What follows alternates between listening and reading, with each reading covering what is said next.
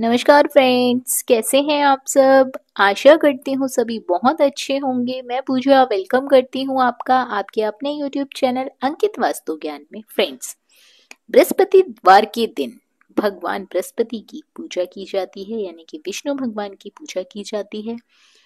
बृहस्पति देवता को धन, बुद्धि और शिक्षा का देवता भी कहा जाता है।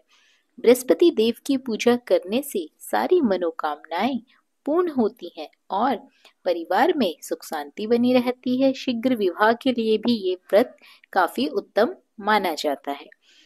फ्रेंड्स, मैं आपको आज गुरुवार व्रत की कथा सुनाने जा रही हूँ। इस कथा का श्रवण करने से भी हमें पुण्य फलों की प्राप्ति होती है, और यदि आपने व्रत किया है और आप कथा नहीं सुनते हैं तो आपका व्रत अधूरा माना जाता है। व्रत करने के बाद कथा जरूर सुननी चाहिए, और यदि कोई व्यक्ति व्रत नहीं रखता है और वो गुरुवार की कथा सुनता है तो उसे भी पुण्य फलों की प्राप्ति होती है। साथ ही उसको बृहस्पति देवता की कृपा मिलती है, उनका आशीर्वाद मिलता है। तो चलिए फ्रेंड्स, कथा शुरू करते हैं।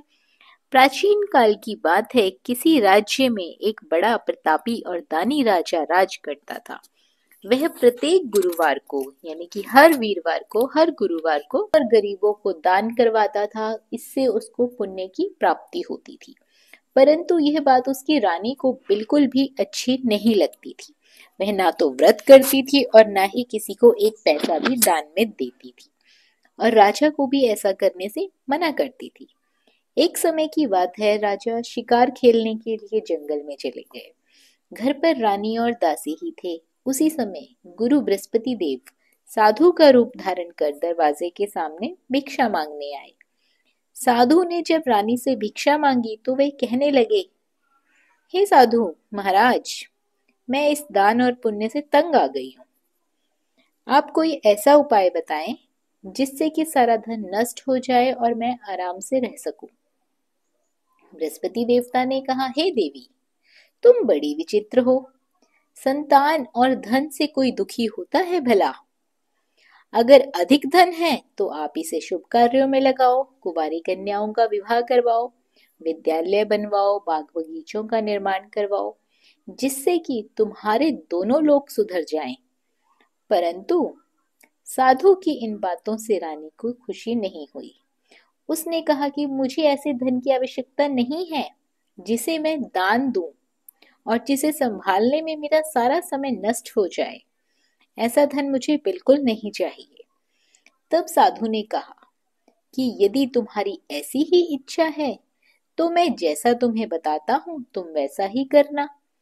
गुरुवार के दिन तुम घर को गोबर से लीपना, अपने केशों को यानी कि अपने बालों को पीली मिट्टी से धोना, बालों को धोते समय स्नान करना, राजा से हजामत बनवाने को कहना, यानी कि शेविंग करवाने को कहना, भोजन में मांस मदिरा खाना, कपड़ा धोबी के यहाँ धुलने डाल देना। इस प्रकार 7 बृहस्पतिवार को यदि तुम ऐसा करती हो तो तुम्हारा सारा धन नष्ट हो जाएगा। इतना कहकर साधु रूपी बृहस्पति देव अंतर्ध्यान हो गए। साधु के अनुसार कही बातों को पूरा करते हुए रानी को केवल 3 बृहस्पतिवार ही बीते थे कि उसकी समस्त धन संपत्ति नष्ट हो गई। भोजन के लिए राजा का परिवार तरसने लगा। तब एक दिन राजा ने रानी से बोला कि हे रानी, तुम यहीं रहो, मैं दूसरे देश को जाता हूँ, क्योंकि यहाँ पर मुझे सभी लोग जानते हैं, इसलिए मैं कोई छोटा मोटा कार्य यहाँ पर नहीं कर सकता हूँ। ऐसा कहकर राजा परदेश चला गया। वहां वह जंगल से लकड़ियां काट कर लाता और शहर में बेचता। इस तरह से वो अपना जीवन व्यतीत करने लगा। इधर राजा के परदेश जाते ही रानी और दासी दुखी रहने लगे।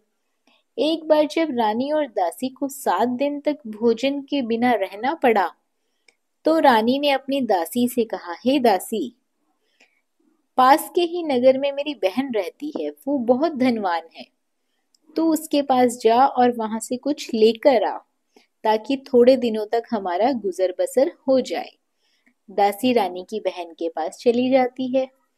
उस दिन गुरुवार था और रानी की बहन उस समय बृहस्पतिवार व्रत की कथा सुन रही थी। दासी ने कहा, हे रानी, मैं रानी की बहन हूँ। आपकी रानी ने मुझे संदेश लेकर भेजा है। लेकिन रानी की बड़ी बहन ने कोई उत्तर नहीं दिया। जब दासी को रानी की बहन ने कोई उत्तर नहीं दिया तो वह बड़ी दुखी हुई और उसे गुस्सा भी आया। दासी ने वापस आकर रानी को सारी बात बता दी। सुनकर रानी ने अपने भाग्य को बहुत कोसा। उधर रानी की बहन ने सोचा कि मेरी बहन की दासी आई थी, परंतु मैं उससे कुछ बोली नहीं तो इससे वह भी बहुत दुखी हो गई। कथा सुनकर और पूजन को समापन करके वह अपनी बहन के घर चली गई और कहने लगी, हे बहन, मैं बृहस्पतिवार का व्रत कर रही थी। तुम्हारी दासी मेरे घर आई थी, परंतु जब तक कथा होती है तब तक न तो बीच में उठते हैं ना ही बोलते हैं, इसलिए मैं बोली नहीं। कहो दासी, क्यों गई थी? रानी बोली, बहन, तुमसे क्या छिपाऊं, हमारे घर में खाने तक को अनाज नहीं था। ऐसा कहते कहते रानी की आंखें भर गई। उसने दासी समेत पिछले 7 दिनों से भूखे रहने तक की बात बताई। रानी की बहन बोली, देखो बहन, भगवान बृहस्पति देव सबकी मनोकामना पूर्ण करते हैं। शायद तुम्हारे घर में अनाज रखा हो, देखो तो सही। पहले तो रानी को बिल्कुल विश्वास नहीं हुआ, पर बहन के बार बार कहने पर उसने अपनी दासी को अंदर भेजा तो वहां सचमुच का अनाज से भरा हुआ एक घड़ा मिला। यह देखकर दासी बहुत हैरान हो गई और दासी रानी से कहने लगी, हे रानी, जब हमको भोजन नहीं मिलता तो हम व्रत ही तो करते हैं, इसीलिए क्यों ना इनसे व्रत और कथा की विधि पूछ ली जाए ताकि हम भी व्रत कर सकें। तब रानी ने अपनी बहन से बृहस्पतिवार व्रत के बारे में पूछा। उसकी बहन ने बताया, बृहस्पतिवार के व्रत में चने की दाल और मुनक्का से विष्णु भगवान का केले की जड़ में पूजन करना चाहिए तथा दीपक जलाना चाहिए। व्रत कथा सुननी चाहिए और पीला भोजन ग्रहण करना चाहिए। इससे बृहस्पति देव बहुत प्रसन्न होते हैं। व्रत और पूजन विधि बताकर रानी की बहन अपने घर को लौट गई। 7 दिन के बाद जब गुरुवार आया तो रानी और दासी ने व्रत रखा। घुड़साल में जाकर चना और गुड़ लेकर आई। फिर उससे केले की जड़ तथा विष्णु भगवान का पूजन किया। अब पीला भोजन कहाँ से आए? इस बात को लेकर दोनों बहुत दुखी थे, क्योंकि उन्होंने तो व्रत कर रखा था। इसीलिए बृहस्पति देव उनसे प्रसन्न थे, इसलिए वे एक साधारण व्यक्ति का रूप धारण करके 2 थालियों में सुंदर पीला भोजन दासी को दे गए। भोजन पाकर दासी बहुत प्रसन्न हुई और फिर रानी के साथ मिलकर भोजन ग्रहण करने लगी। उसके बाद वे सभी गुरुवार को व्रत और पूजन करने लगे। बृहस्पति भगवान की कृपा उनके ऊपर बरसने लगी और उनके घर में धन और संपत्ति आती गई। परंतु रानी फिर से पहले की तरह आलस करने लगी। तब दासी बोली, देखो रानी, तुमने पहले भी इसी प्रकार का आलस किया था। तुम्हारे धन रखने में तुम्हें कष्ट होता था, इस कारण सभी धन नष्ट हो गया था। अब जब भगवान बृहस्पति की कृपा से धन मिल रहा है तो फिर तुम इतना आलस क्यों कर रही हो? रानी को समझाते हुए दासी ने कहा कि बड़ी मुसीबतों के बाद हमने यह धन पाया है, इसीलिए हम इसे दान पुण्य में लगाएंगे, भूखे मनुष्य को भोजन कराएंगे और धन को शुभ कार्यों में खर्च करेंगे, जिससे तुम्हारे कुल का यश बढ़ेगा, तुम्हें स्वर्ग की प्राप्ति होगी और पितृ भी प्रसन्न होंगे। दासी की बात मानकर रानी अब धन को शुभ कार्यों में खर्च करने लगी। इससे एक दिन रानी अपने मन में विचार करने लगी कि न जाने राजा किस दशा में होंगे, उनकी कोई खबर भी नहीं। उन्होंने श्रद्धा पूर्वक बृहस्पति भगवान से प्रार्थना की कि राजा जहां कहीं भी हो शीघ्र वापस आ जाए। उसी रात्रि बृहस्पति देव ने राजा को स्वप्न में दर्शन दिए और कहा, हे राजा, उठ, तेरी रानी तुझको याद करती है, अपने देश को लौट जा। राजा प्रातःकाल उठा और जंगल से लकड़ी काटने के लिए जंगल की ओर चल पड़ा। जंगल से गुजरते हुए उसने विचार किया कि रानी की गलती से उसे कितने दुख भोगने पड़े। राजपाट छोड़कर जंगल में आकर रहना पड़ा।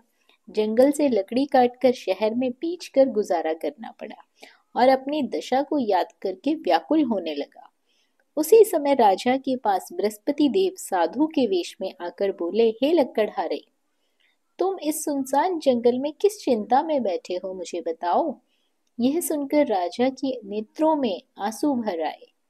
साधु की वंदना कर राजा ने अपनी संपूर्ण कहानी उसे सुना दी।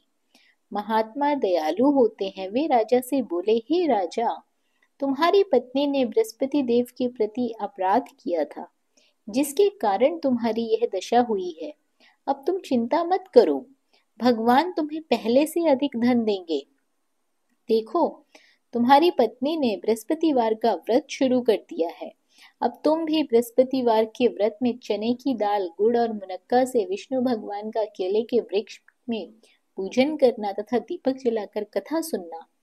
उस दिन एक ही समय भोजन करना, लेकिन भोजन में पीले पदार्थ को जरूर रखना। भगवान तुम्हारी सब कामनाओं को पूरा करेंगे। साधु की बात सुनकर राजा बोला, हे प्रभु, लकड़ी बेचकर तो इतना पैसा नहीं बचता जिसके उपरांत मैं भोजन कर सकूं।